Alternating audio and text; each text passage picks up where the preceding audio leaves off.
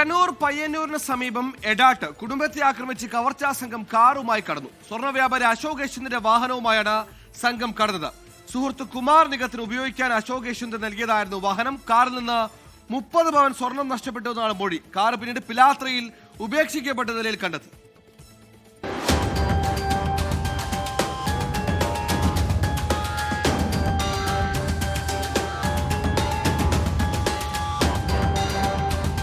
Pilathara cooperative കോളേജിന് സമീപമാണ് ഇന്ന് പുലർച്ചെ ദുരൂഹ സാഹചര്യത്തിൽ കാർ കണ്ടെത്തിയത്. കാറിനുള്ളിൽ രക്തക്കറയും സ്ത്രീകളുടെയും കുട്ടികളുടെയും വസ്ത്രങ്ങൾ ഉൾപ്പെടെയുള്ള സാധനങ്ങൾ വാരി വലിച്ചിട്ട നിലയിലുമായിരുന്നു. കോഓപ്പറേറ്റീവ് കോളേജിലെ സെക്യൂരിറ്റി ജീവനക്കാരനാണ് വിവരം പോലീസിനെ അറിയിച്ചത്. സാധനങ്ങളെല്ലാം പുറത്താണ്ടായിനി, കാറിന്റെ ഗ്ലാസ്സൊക്കെ പൊളിച്ച നിലയിലാണ് ഉണ്ടായിനി. അപ്പോൾ സംശയം തോന്നിയിട്ട് ഞാൻ ഇവിടുത്തെ കോളേജിന്റെ അധികൃതരെ അറിയിച്ചു.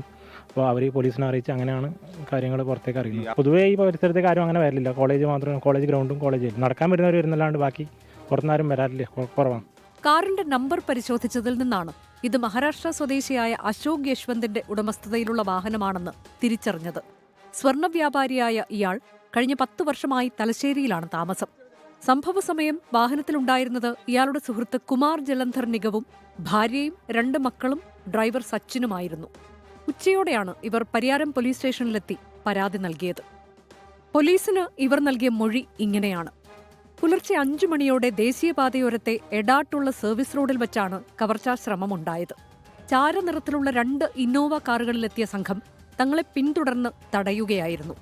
ഇന്നോവകളിൽ 6 പേരുണ്ടായിരുന്നു. ഇതിൽ 2 പേർ പുറത്തിറങ്ങി കാറിന്റെ ചില്ല് തകർത്ത് മുൻസീറ്റിലിരുന്ന ഡ്രൈവറെയും കുമാറിനെയും ഒരു കുട്ടിയെയും പുറത്തേക്കിറക്കി. തുടർന്ന് അക്രമികളിൽ 2 പേർ കാർ മുന്നോട്ടെടുത്തു. കുറച്ചുനേരം പിന്നിട്ട ശേഷം വാഹനത്തിലുണ്ടായിരുന്ന സ്ത്രീയെയും കുട്ടിയെയും ഇവർ വഴിയിലിറക്കി വിട്ടു. തുടർന്ന് പയ്യന്നൂർ ബസ് സ്റ്റാൻഡിലേക്ക് നടന്നു പോവുകയും അവിടെ നിന്ന് ബസ് മാർഗം തലശ്ശേരിയിലേക്ക് തിരിക്കുകയുമായിരുന്നു. സ്ത്രീയുടെ ബാഗിലുണ്ടായിരുന്ന 25 ഗ്രാം സ്വർണം നഷ്ടപ്പെട്ടതായാണ് പോലീസിന് നൽകിയ മൊഴി. എന്നാൽ ഈ മൊഴി പോലീസ് പൂർണ്ണമായി വിശ്വാസത്തിലെടുത്തിട്ടില്ല. ഫോറൻസിക് വിരലടയാള വിദഗ്ധർ സ്ഥലത്തെത്തി തെളിവുകൾ ശേഖരിച്ചു. 24 കണ്ണൂർ.